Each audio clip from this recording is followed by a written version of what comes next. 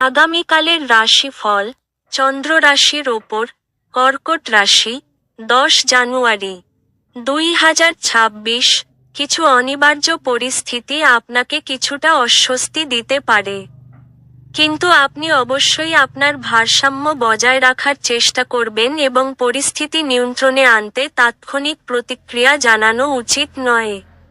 আজ অর্থের আগমন আপনাকে অনেক আর্থিক ঝামেলা থেকে মুক্তি দিতে পারে।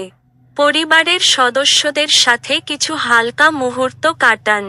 গোপন সম্পর্ক আপনার সুনাম বিনষ্ট করতে পারে।